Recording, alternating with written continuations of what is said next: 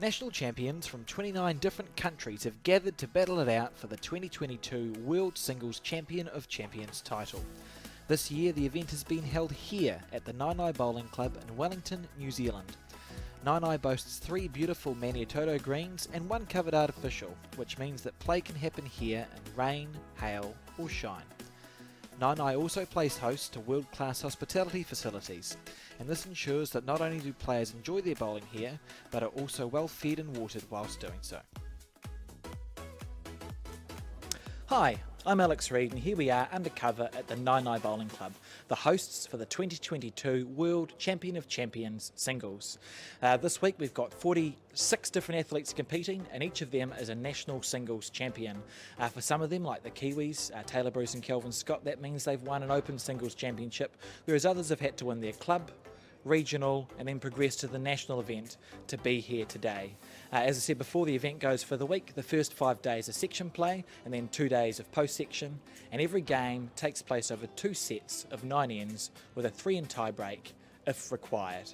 We have an incredible 29 countries from all over the globe, with athletes playing their bowls everywhere from Botswana to Norfolk Island. The men will be playing in 2 sections, Section A and Section B, whereas the women participate in the 1 section. And now we'll have a look at results for today. And here we are at the end of day 2, Brett, of the World Champion of Champion Singles, or World Singles Champion of Champions. The weather was a bit better. I think you were half right. What did you tell us yesterday? I've forgotten. Well, I think we said if the rain got into the valley, we'd potentially lose some play, but fortunately that only happened once today, and I'm pleased to say that the event's been played outside on these magnificent greens at the Naenae Bowling Club here in Lower Hutt, New Zealand, and full credit to Jeff and Robbie and the greens staff here at Naenae. They really have done a magnificent job over the 2 days of the tournament to make sure that we can get as much play on the greens. And talking to the players, I've really enjoyed it. Yeah, absolutely. And there were some great bowls out there today, and we've had, as you said, been able to complete all the rounds outside, so we may as well, I suppose, segue into the results from today, Brett, the rounds 4, 5 and 6. Sounds good, Alex. And here we go, the men's Section A. So, like I said a bit earlier, the men's are divided into 2 sections. There's slightly more of them, so there's Section A and Section B, and in Section A we see here some good results. Yeah, look, we've seen the, hometown champion Kelvin Scott, actually from the Elmwood Park Club in Christchurch. Kelvin's been in good form today. He's had some tough games, and also Sam Tolchard from England. He had a good game against the player Steve Williams from Guernsey in the first round. That score probably not quite a reflection of the game, and good to see a tough battle there between Trevor Gow from Norfolk Island and from our Fijian representative Kushal Pillay, and we'll talk a little bit more about him later. Absolutely, as we scroll down to round 5 now. So round 4, of course, mainly played in the morning. Round 5 was sort of what we'd call it lunchtime. That's when we were a little bit stressed with the rain, Brett. I looked outside and there was some raindrops falling from the heavens.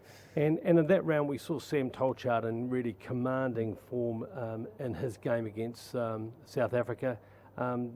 Also, note one of the quiet performers in this field so far has been Gordon White. In his second game, he was up against Eva Lealotu from Samoa.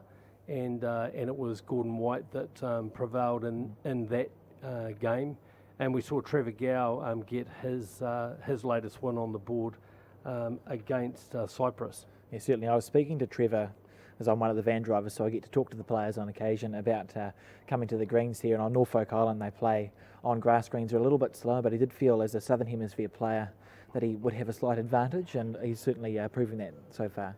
And we also saw in round 5 Cecil Alexander from the Falklands. He had a win over Edwin Nyoka from Botswana, but Edwin was to get his first win in this next round, and we'll talk about that now.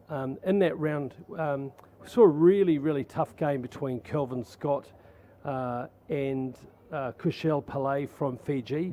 Went down to a tiebreaker. And every end in that tiebreaker we saw shots changing hands. Absolutely, and we've got some little highlights package of that game, Brett, here, and we see Kelvin with the white bowls on, is it green 3 or 1? One of the greens at Naenae Bowling Club. We'll call it green 3, and yeah, look, the conditions today were pretty good, but it wouldn't be Wellington if there wasn't a little bit of wind, and that was tricky from time to time. You can see the flags around the green there, just fluttering a little bit, but Kelvin was in commanding form. He's such a determined player, but hats off to Kushel. He played some great bowls, really played some good bowls under pressure. We can see him drawing the shot there with Kelvin holding. But it was probably just Kelvin's shot play that was the difference in that game when it had to be. Absolutely. I think the New Zealand players, the Kiwis, they certainly don't lack support here. There was a game in the women's section that we'll get to in a few minutes that Taylor played, and there was certainly a lot of support from the New Zealand contingent. As we just quickly move to the standings, and I'll explain what the standings mean. We call it whatever it is, the list of things, and it's available on our Bowls New Zealand website as well, and it just gives you an understanding. There's almost like a line to make the cut there, Brett, on the standings, as we just have a quick look at that. Yeah, and we can see, Sam Tolchard and Kelvin Scott out in front, unbeaten with 4 wins from 4, but close behind, Gordon White from Scotland, Loki Sin from Singapore. We haven't talked about him over the last 2 days, but he's playing really good steady bowls, and he's had 3 wins. Trevor Gow from Norfolk, also with 3 wins. So at this stage, after 2 days, they are the players in contention for those top 3 positions in the Section A. But remember, we've still got 3 more days of section play to go, and anything can happen in those 3 days. It's going to be fascinating as we move on to men's Section B and their results for today.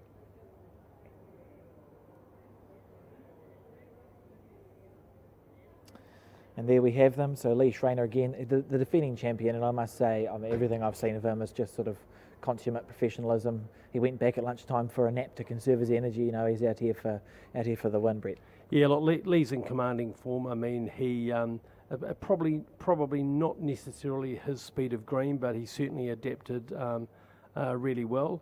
Also, great to see one of the young rising stars of World Bowls, Royden Apiro from the Cook Islands. Royden was at the Commonwealth Games playing for the Cooks, and he won that game by default. But he's currently doing very well in that section and playing some really nice bowls. The other result I really want to highlight in that round was a win for Ollie Baccarin from Sweden. Aussie played Izzat Zulkepler from Malaysia.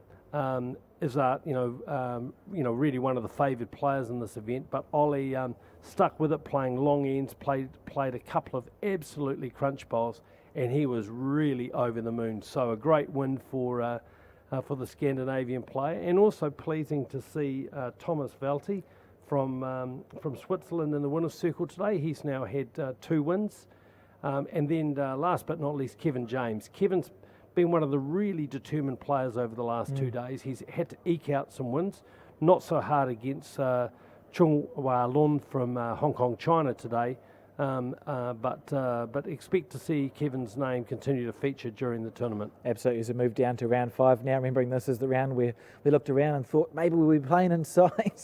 We see there the first game for Herbert from the USA. Brett, they've been a good contingent here this week. They have been. We saw Kevin James beat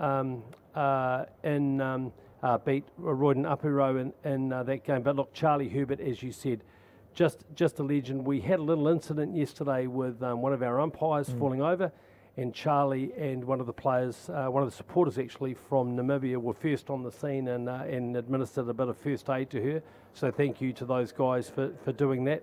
And in his game, Charlie was way too strong from our new A player who is looking at my program, Fred Tafatu. And down to round 6 now. I've got an anecdote about round 6. It was the last game going again on the note of Herbert from the USA, Charlie.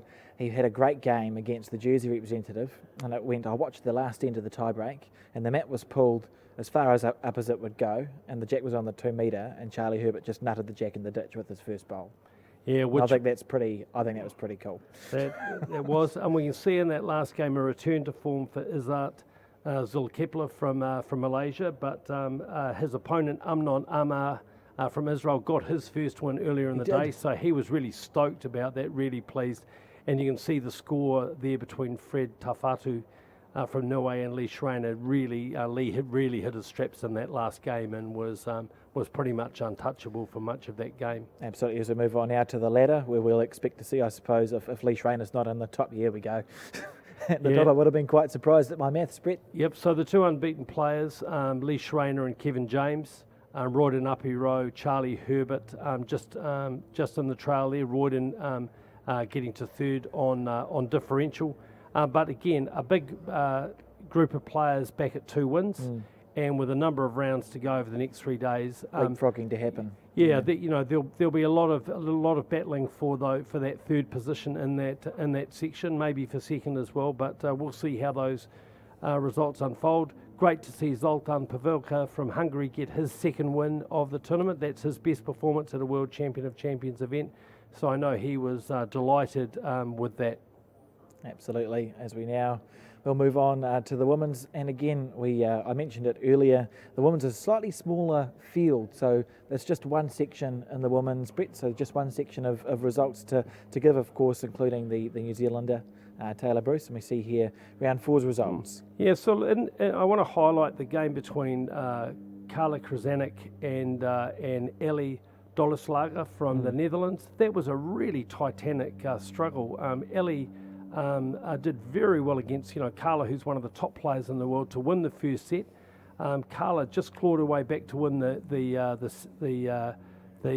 second set. The score not quite an indication of that set. Carla just got away in the last part of it, and in the tiebreaker, it was all of the ends were close, but Carla drew on her enormous experience at this level to get away and win that game. Another great game was between Anne Nunes from the United States and Noroa Matayo from the Cook Islands. Cook Islands won that first set and clawed her way back in set 2, and just used all of her experience in that tiebreaker to get out in front. Another player to catch the eye has been Ayan Tamisi from Malaysia. And she was in great form in her game against Jennifer McClure from Ireland, but Ireland weren't to be denied later in the day. For sure, as we move down now to round 5, and we see there that game I alluded to earlier between Taylor Bruce and the South African representative. It was an incredible game of bowls. Really, Taylor dominated that first set, but the second set, there was one end there where the South African had 3 bowls within a few inches of the jack, and it went all the way to a tiebreak, which Taylor was able to come out on top in. And I believe we've got some highlights from Taylor's next game. Yes, we do. Yeah. Which we'll show you. We see that Noroa bounced back to win the game against Petal Jones from Norfolk Island. So important win for the young Cook Islands player. And also a player we haven't talked so much about is Mel Thomas from Wales.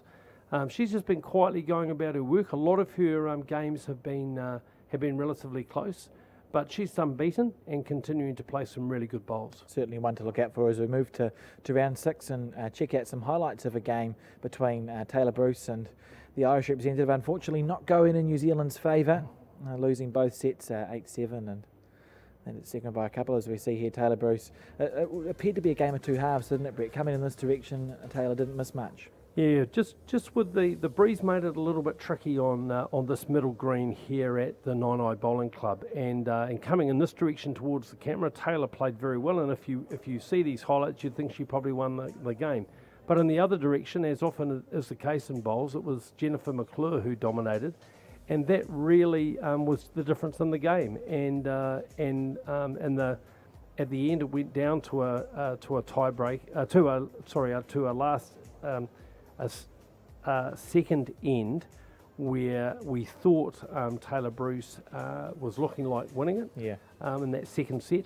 But actually, it was Jennifer McClure who just played some really clutch bowls at critical moments. And as you can see, managed to secure the victory in that game. So Absolutely, and the first little hiccup on Taylor's campaign, I think, for this event. yeah, she'll still be difficult to beat, I think, in this tournament. We can expect, because of the big field and the number of games that you have to play, that there will be some games where, after all, you're up against the best of the best from around the world. They are all national champions. Absolutely, and they've all got here because they know how to win events, and I think Jennifer McClure showed that in that game against Taylor, just using her experience, didn't panic, just hung in the game, and that was just the difference in the end. For sure, as we just check out the standings for the women's events, remembering that it is one section, so the cut line, so to speak, is a little bit lower down on this one, and we see there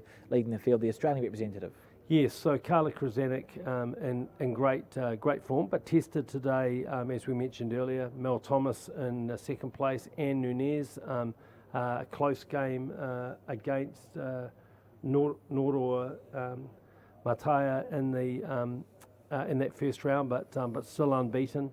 And then we can see, the Taylor and also Ayan Tamisi from Malaysia, just one win back. With 3, and then further back from there, a group of players with 2 wins. Yeah, I have a funny feeling it's going to go real close on that 5th and 6th qualifying spot, Brett, as we continue with this event. Yeah, look, I think it's a pretty even field, as we've seen, and even though we've got 3 unbeaten players, they have all dropped sets in this competition to date. So that just shows that the gap between players is not that great. Hopefully we'll see good weather conditions again here tomorrow in Wellington, though the forecast is again a little patchy. You stole my question, Brett. and we're very fortunate that we're able to play in this fantastic indoor facility, but undoubtedly this is an outdoor World Champion of Champions event, and the players really want to be playing outside. So fingers crossed we'll pick the weather right again. Hopefully, if it's going to rain, it'll be overnight, which it did in bucket loads last night, and we'll have a bright day tomorrow to recommence the next rounds. Absolutely, and I suppose in closing from me, if you're a keen-eyed viewer and want to check out the results, the Bowls New Zealand Facebook page and website, that's the place to go. We've got a results hub there.